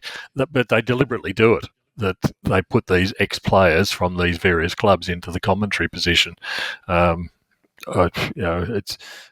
degrades it overall. So, but you're right. We're going to continue to get it. So, there's not much you can do about it, unfortunately, and it applies to all the clubs. It's not just Melbourne's games against West Coast. It's the same for every other club. It's pretty ordinary. The trouble when you've got those sort of commentary is that the AFL pick up on the comments around who hit who or who didn't hit who. And almost invariably, you'll see the tribunal then start to take notice about particular incidents. And on the Monday, because it's overblown by a particular commentator or a commentary team, then something happens. So, just have to put up with it. Infuriating is the right word. I mean, some of the stuff Schofield says is all right, but he's so sort of didactic about things, and so like I've seen weeks for that. He'll get weeks for that. It's like, what? Hold on, I couldn't even. He was so clear about it. Like the other thing he didn't mention is, and in fact, I barely saw any commentary about this. Is Gibney pushed Petty?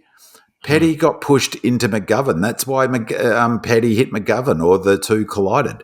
Melksham marked the football. Like as Goody said, Goody was hilarious. He basically said, well, it was a mark. He should have been having a shot for goal, let alone getting reported. He hasn't been reported though, has he? No, did he get a fine? I don't think he got anything. I don't think he even got, and so that's what infuriates me. Schofield immediately says he'll get weeks for that. Like it's a black and work done deal. Didn't mention Gibney. It's like watching two different things, two different events. So hold on, he marked the footy. What are you talking about? If he didn't mark the footy and pushed him under, sure, okay, no worries. But he did mark the footy. Should have been paid the mark, I thought. So, it was an unfortunate accident because Petty was injured in the same incident, I think. I'm pretty sure. Although it's not really clear how, but Gibney pushed Petty. Yeah, but Petty also clashed heads with Gibney earlier in the game, and maybe the concussion was from that. Yeah, delayed. I think, I think there was some talk about them both being the same incident. But the other one was more annoying, I thought, the one with 𝗍ine, because like you said, they were sort of giving him excuses, but they also, I think it was Simpson was saying, you could see him literally make a decision about whether he's going to be able to get the ball. What the hell is he talking about? He swung after he made the mark. That's right. He made the decision to hit. I know we feel bad for him. He's a first gamer, and I didn't feel bad for him. I'm just saying that's what happens. That was unbelievable. I'm glad he got 50, but it's like, they even said it was a good thing it was 𝗍ine. I think the implication being because he's got a head like concrete. That so if he'd been concussed, there's weeks. It's a mess, really, isn't it? Some of that stuff. So, Schofield is the other thing about Schofield is there's a clip that's fantastic. It's really awesome. It's on AFL.com. It's Schofield and one of the other commentators interviewing Track after the game in the change rooms, and it's about 𝗟𝗏. I think it's part of a longer interview, but the bit that's on the AFL.com is asking me about 𝗟𝗏 and about him not playing this week because of his well-being, and Track gives a fantastic answer about the importance of men, showing their emotion and telling people when they need help, and framing it in that way and saying how great it was, and that the team will wrap their arms around them, and a really terrific and really important sort of messaging and a conversation starter by Track. And Schofield at the end of it says, but, which is like, yeah, that's great, but does that, I forget paraphrasing exactly what he says, but it's something like, but does that make it harder for the leadership group or some such? It was like, it's such a old school football boneheaded thing. I just thought, I'd already frustrated enough with him, and then just watched that clip and lost any respect for him whatsoever. I'm gonna play that now. Hopefully there's no ads. I'm sure there will be. There is an ad, so I'll just talk through it. We're just about to see Track be interviewed by what's his name, Schofield, and someone else, Schofield, and somebody else. We've got about 2 seconds to go. And obviously with 𝗟𝗏 at home, I just want to give him a massive shout out. Obviously, it's incredible bravery and vulnerability to be able to kind of speak up and say that he's not all right. And we're wrapping our arms around him, and I think we've come a long way as men. I think it's incredible that he's been ability to own it and accept that he's not going well, and I think it's awesome. What did he say specifically to the group? Hasn't spoken to us at all yet, but we'll speak to him throughout the week. I've given him a call and text message and send my best to him. But It's just, I think as males, we sometimes get ridiculed or killed or I guess shut down for showing our emotion or expressing our frustration or emotion. And I think for him, the ability to show bravery and vulnerability in a time is really good. So is that on you guys as a leadership group to then? Oh, I agree with you, mate, around vulnerability and especially in men, but for a leadership group in a footy club, like, is that different for you? Going, okay, boys, this is what the situation is. This is how we're going to deal with it, and here's the footy. Like, we're going to focus on that. Is that on you as a leadership group? Definitely. I think in these situations, your health always comes first. That's your number one priority, and footy is always second or third, behind family and friends. And I think for him to be able to do that and us to kind of come over here, send our love, send our regards, and then, we've got obviously a job to do, but I thought the footy club did a great job of letting us know, and obviously as well, not letting it distract us. There you go. Good on track, and it's good to see track doing some media and not leaving it to Maxi. Yeah. I think players have to step up, take the load off Maxi. Well, that's it for our questions. There was no 𝗚cie game this week for our seconds players to show their wares. JVR obviously wasn't able to capitalise on the 5 goals from the week before, but with Harrison Petty likely to be sidelined with concussion, he may get a recall. Jake Lever, the only other one on the injury list, but he's still about a month away. And before I get your changes, we've got got a call from Roaster. He talks a bit about the game, and then he asked the question that I'm going to be asking you guys in a second.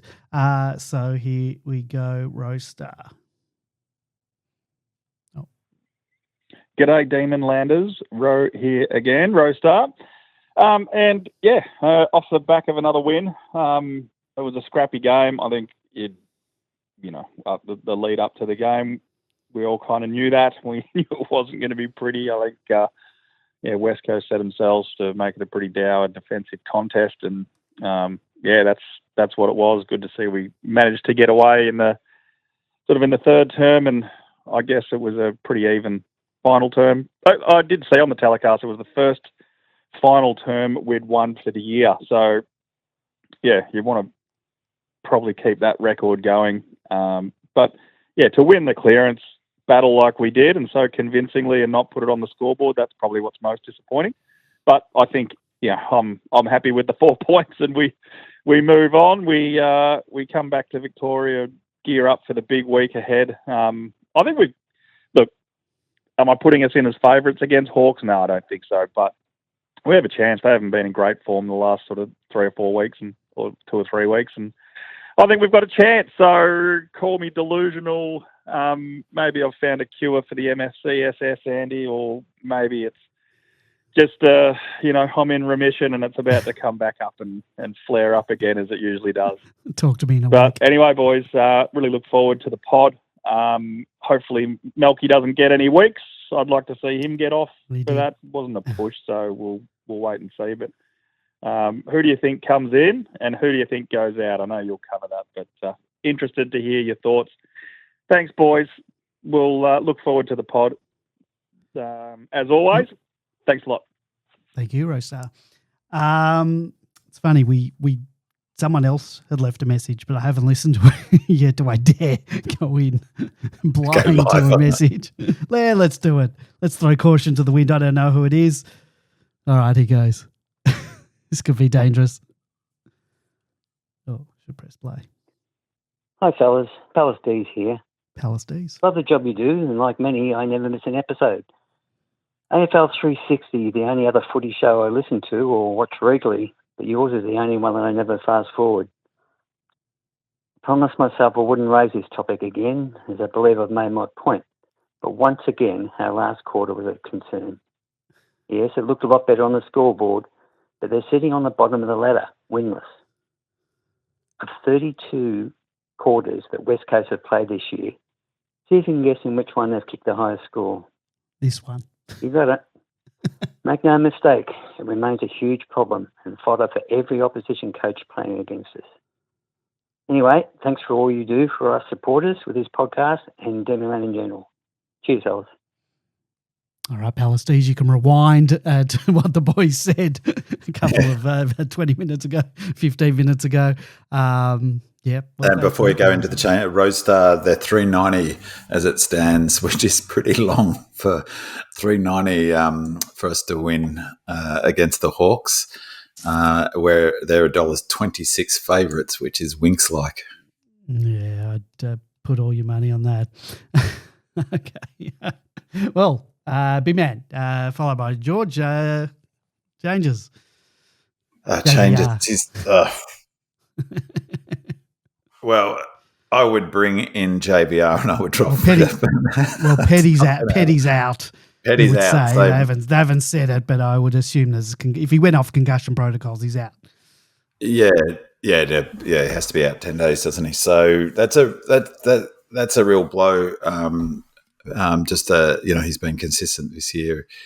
Though, yeah, so, I mean, it does provide that opportunity for them to bring JVR back in, doesn't it? Mm. So JVR is in our best 22. I understand dropping him. I think that works for his development. He's only a kid. He's 21, maybe 22, JVR. I guess I'd really hope that sooner rather than later JVR's back in the seniors playing good footy because he's a gun. It's never linear development, particular for the big fellas. You look at Cadman, still drifts in and out of games, and he was a number 1 draft pick, yet to really take hold of a game, Cadman. It happens for all young players, particularly those talls. But I'd be bringing him back in. I mean, it'll be interesting this week. I think Melksham, he'll stay in for sure, and as you say, he'll go to Sicily.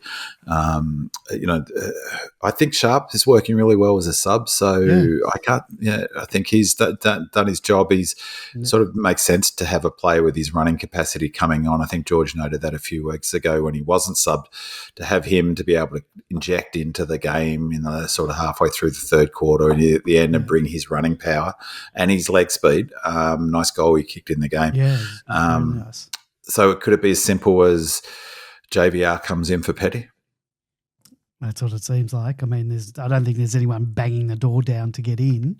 Well, no door to bang down. If they VFL, surely the AFL can put a man on the moon, and they still can't run a VFL season that complements the AFL season. It's ridiculous. George, any changes from your end? Petty out is a certainty, and JVR equally is a certainty to come in. So it's straightforward as you can be. I would also bring AJ in. They won't. Instead of Freda, but that's me. Yeah. I think AJ provides more options than Freda and gives us another backup ruck. We just can't keep doing this to Max. You could bring AJ in. I mean, JVR comes in, he can swap directly for where Freda's playing now. And then AJ could come in for Petty and play that sort of roving centre half forward and give the ruck out. This game will be really interesting in terms of selections because you think that they won't be playing ducks and drakes, will they? They want the best team that they can get in. So it'll be interesting if they, if that's true, that whether how close this is to what Goody's thinking is our best 23 is. But the other one that we've all forgotten about is Clayton Oliver. Yeah, well, of course. So do you have any intel on that, Andy? No. And even if I did have intel, I probably wouldn't say anything. Well, not so much intel. I don't have what's intel. Going on for him. More about whether he's coming back or no. But I get the impression. I don't know. It depends what he's going through. Yeah. How bad it is. It doesn't just like that. Well, let's say he comes back in. Who does it comes out? Maybe is that bounce? Interesting. Bounce sharp out. And I mean, I hate to say, maybe I just can't see Colt, but I mean, his performances haven't been that fantastic. But yeah, maybe Colt to the bench and Sharp out. Yeah, look, it all depends on whether you believe some of those guys in the media who think they've got intel and all that, the McCluers and Morris and.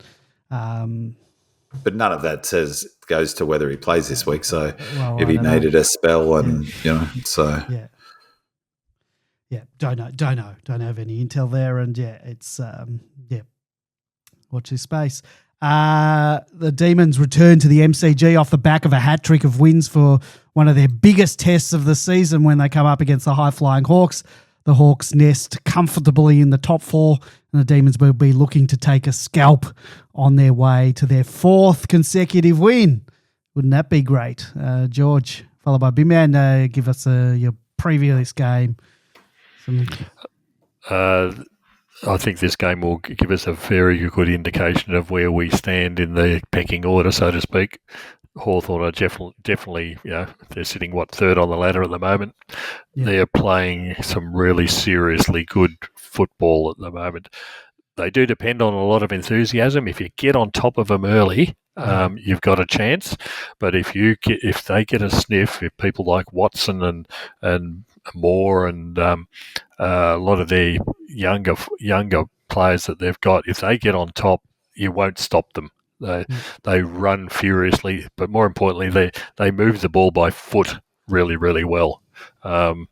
They've got, they progress up the ground by hard running up forward of the ball and then kicking rather than handball and trying to move it that way. So they're a real challenge to us. Sicily down back is really strange at the moment. He's doing some really weird stuff which causes some ridiculous turnovers. But in this game, the last game they played against Richmond, I watched the first quarter. They were pretty damn impressive, and they got out to I think it was a 79-point lead at one stage, and then quite literally they gave them the last couple of goals to get it back, but they still absolutely, utterly demolished Richmond across the whole ground. You know what I don't want to see? If we're not going to win, I don't want us to get beaten by 70 points. I don't want us. There's been a few results this year in different games where there's been 70 points. I don't want to be one of those. But obviously I want to win. Be man. Yeah, it sets up to be really fascinating because, like I've been saying, is we are moving to that transition model, as I've noted. We're one of the best ball movement teams in the AFL. We're not converting that into the sort of scores that we'd like. Though having said that, we've been up around 100 now. What was that our highest score for the season just gone? 108, so it was 108 or whatever. So we score more in the Freo game anyway. Yep. So the 100 is the benchmark. We didn't quite get there last week, did we? But the previous week and this week we've done that. So it presents a really big challenge because we want to play fast and we want to move the ball fast. I noted that we're one of the fastest play-on teams in the AFL. They like to move the ball fast through their kicking and handballing. Are we prepared to get into a slingshot game with them? That's going to certainly expose our defense to their ball movement. It'll be interesting to see how they use 𝗦cie, for instance. Let's say they do use him as a defensive mid. Any thought, George, who we might go to? Newcomb, yeah. Certainly in terms of influence, Newcomb. Yeah. Yeah. So one of the interesting things looking at the Hawks' numbers that really surprised me is, so unsurprisingly, they're third in effective disposals per game. It speaks to George's point about their kicking skills. Fifth in uncontested possessions per game, remembering though we were third in that count. And that speaks to that chipping it around style that we like to do as well, and until you can get a clear path forward and then going quickly. And that's what Hawks do really, really well, is that they chip it around until they can go. And when they do go, they go really fast. And as George said, run ahead of the ball. And so that speaks to their third in metres gained per game. That really speaks to that method from the back half with handball and moving it quickly. Third in score involvements per game. Again, that speaks to the way that they play. But they're second in centre clearances per game, so that'll give us a real challenge. Obviously, their midfield system is working really well, but this one really surprised me. I'm not sure if it surprised both of you guys, but they're third in contested marks per game. Which completely sort of surprises me, and first in marks inside 50 per game. Less so because that's more about their uncontested marks, and that's more about if you get it quickly and beat the zone back, you're getting one-on-ones or loose players. And forward, and a lot of their players gamble and run ahead of the ball. So it'll. I think it's in some respects teams have worked out the Hawks to deny them that sort of outside run. I think it'll come down to all of the big matches that we'll play and through the season other teams will play is pressure. If we can beat them on that pressure scale, I know I've been talking about it. We went down by 9 this week, but it sort of probably speaks to West Coast weaknesses as much as anything. We're not going to lose many matches if we beat the opposition in pressure, and that includes this week. So if we can really pressure those outside players, I worry about our ability to defend their small, medium forwards. I always forget I don't know why I can never remember his name. No, not Watson. He's another. No, the fellow who plays a bit back and goes forward and. Are you thinking of Bruce or not Bruce? No, he's like a second, third year player. I'll think of it in a sec. But Weddle is he's another good back one. going forward. He's got Moore is another one. Who I'm thinking of. He's the sort of player that he's really important to them. Uses the ball well. He's exactly the prototype player that when I think of those medium small forwards, Bailey's for Lions is one to come to mind, but Moore is the other one. Strong overhead for his height. Tough one-on-one, tackles inside 50, wins the ground balls inside 50s and post-clearance possessions. I still think we've got a defensive weakness against those sorts of players, and I often think that AMW will prove to be a much bigger loss for us this year than, perhaps people might have thought, given he's, only played a handful of senior games. So, it does worry me. It's good to see McVie getting back into some form. He's a really important player for us. But Bowie's not. He's pushing up the ground, so we don't want him really matching up against them all. We want him to be able to run and carry and, do damage from the back half. So, that's an area I think that they've got an advantage in. As you say, Watson, McGinnivan's back in the side, isn't he? I can't imagine he'll come out. So they've got those, and then you do have the players like Bruce who take their chances and Gunston. Gunston. So, I think a bit will depend on our ability to win the ground ball inside their 50. All right. We'll see this time next week. And there's one big advantage we've got. It's going to be a red Sharon. We do not lose many games with red Sharon. Statistics show, I'll have to make that number up, but I think we win often. What's the weather, Andy? I'm just looking at the app now, and all I can see is from Friday, Saturday, Sunday, Monday, all sunshine. Sunny. 20 degrees and sunny on. That's perfect. Lovely day out of the footy. 20 degrees. Beautiful. Sunny. Not quite shorts. Much wind, MCG, 1 o'clock. Perfect. And what sort of crowd is it? Big crowd? What are we hoping for? Well, the Hawks they'll come. It's their away game, but you would think they would still come. We've had 3 wins in a row. You think we'd get out there on the Saturday They're afternoon? a lot of theatre goers, the Hawks fans. They're a lot of they're hopeful at the moment. Yeah, an easy scalp. So 390 is the odds. I'm actually that last week was the first time for the whole season that I was confident of a win. So I'm very glad my confidence was borne out. I'm actually relatively confident about this game as well. And I just on a betting thing, I'm banned from betting on Melbourne, but 390 is way over. We're I think we're in better shape than that looks. And I personally think the Hawks are a bit overrated. They haven't actually, yes, they're third on the ladder, but I don't think they've played that many teams in the top 8. And so they've had a pretty easy draw thus far. I reckon they're a touch overrated. So I'm actually pretty confident of this game, and I think that if we hit the contest and bring the pressure, we're a good chance of winning. Just want to have a quick look who the Hawks have played. Oh, no. For 4 in a row. And I think I'm right in saying this is the first time we've won 3 in a row since beginning of 23. Does that sound right? Yes. No, it was the big. Yeah. No. Last year, did we win? Beginning of 24, maybe. Yeah, we might. Start of 24. It was like round 2 to after the Sydney game. We won 3, I think. So they beat Sydney in round 1. They've beaten who had the same number of points as us. Essendon, which there you go. They've beaten. I know they beat Carlton, but who they play? Well, anyone can beat Carlton. They beat Carlton, by 20 points. They have beaten GWS, so they had a 12-point win over GWS.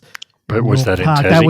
That was that game where GWS kicked the first 5-7 in the first quarter, and they didn't kick it. Yeah, it was like there were a few goalless quarters for either team.